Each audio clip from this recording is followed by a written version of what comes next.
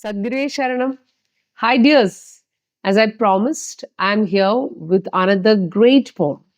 The poem which I am going to recite today is a first prize winning poem in the Kerala University Youth Festival. The poem is The Wasteland, written by T.S Eliot, the modern poet, who is a great philosopher and thinker as well.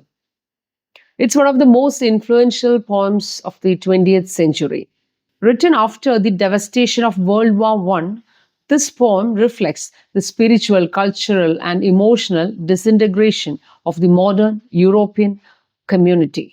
In this poem, Eliot presents a land that is broken, barren, and spiritually empty. Here, people are disconnected from nature, religion, and even from each other.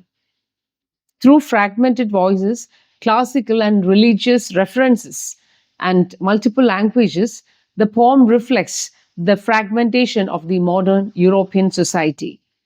It's a journey through a wasteland, desert, war, suffering, but a journey that ends in a spiritual renewal. The poem ends with the Sanskrit words Datta, Dayadvam, Dhamyata, Shanti, Shanti, Shanti. And what is the relevance of this poem in the present scenario? In Eliot's time, after the World War, after the horrors of World War I, the people lost faith in religion, culture, tradition, and even in humanity. Today, too, in wars across the globe, we see the same spiritual vacuum. He turns to ancient Eastern wisdom, suggesting that only with compassion, generosity, and self discipline one can attain peace and salvation.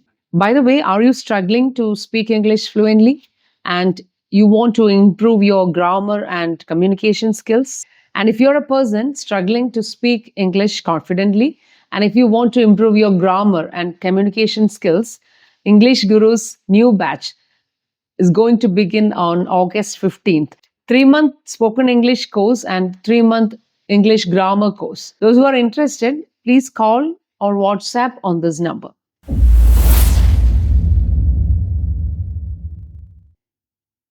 The classes will be taken in both mediums, English as well as in Malayalam. So let me recite the poem. Respected judges, teachers, parents, and my dear friends, I am here to recite a few lines from the poem The Wasteland, written by the great modern poet T.S Eliot, who is a great philosopher and thinker as well.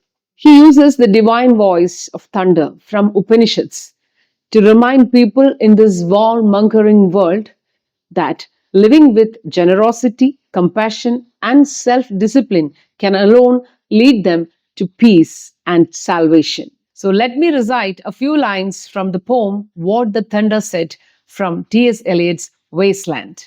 After the torchlight, red on sweaty faces, after the frosty silence in the gardens, after the agony in stony places, the shouting and the crying, prison and palace and reverberation of thunder of spring over distant mountains. He who was living is now dead. We who were living are now dying with a little patience. Here is no water, but only rock, rock and no water, and the sandy road. The road winding above among the mountains, which are mountains of rock without water. If there were water, we should stop and drink. Amongst the rock, one cannot stop or think. Sweat is dry and feet are in the sand. If there were only water amongst the rock, dead mountain mouth of carious teeth that cannot spit. Here one can neither stand, nor lie, nor sit. There is not even silence in the mountains, but dry, sterile thunder without rain. There is not even solitude in the mountains, but red, sullen faces sneer and snarl from doors of mud cracked houses. If there were water and no rock, if there were rock and also water, and water, a spring, a pool among the rock, if there were the sound of water only, not the zizada and dry grass singing, but sound of water over a rock where the hermit thrush sings in the pine trees. Drip, drop, drop, drop, drop. But there is no water. Who is the third who walks always beside you?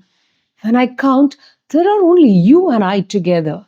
But when I look ahead up the wide road, there is always another one walking beside you, gliding wrapped in a brown mantle, hooded. I do not know whether a man or a woman, but who is that on the other side of you? What does it sound high in the air? Murmur of maternal lamentation. Who are those hooded hordes swarming over endless plains, stumbling in cracked earth, ringed by the flat horizon only? What is a city over the mountains? Cracks and reforms and burst in the violet air. Falling towers, Jerusalem, Athens, Alexandria, Vienna, London, unreal.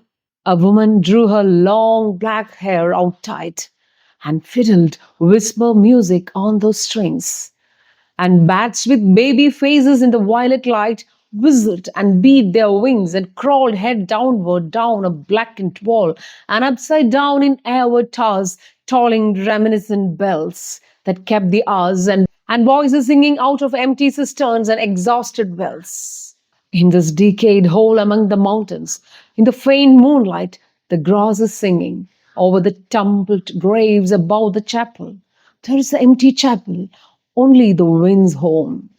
It has no windows and the door swings. Dry bones can harm no one. Only a cock stood on the roof tree. Cuckoo, Rico, cuckoo, Rico. Then a flash of lightning, then a damp gust, bringing rain. Ganga was sunken, and the limb leaves waited for rain, while the black clouds gathered far distant over Himavant. The jungle crouched, humped in silence. Then spoke the thunder. Da, Datta, what have you given? My friend, blood shaking my heart, the awful daring of a moment's surrender, which an age of prudence can never retract. By this, and this only, we have existed, which is not to be found in our obituaries or in memories draped by the beneficent spider or under seals broken by the lean solicitor in our empty rooms. Da, Dayadvam. I've heard the key turn in the door once and turn once only. We think of the key each in his prison. Thinking of the key each confirms a prison. Only at nightfall, ethereal rumors revive for a moment a broken Coriolanus. Da, Damyada. The boat responded gaily to the hand expert with the sail and oar.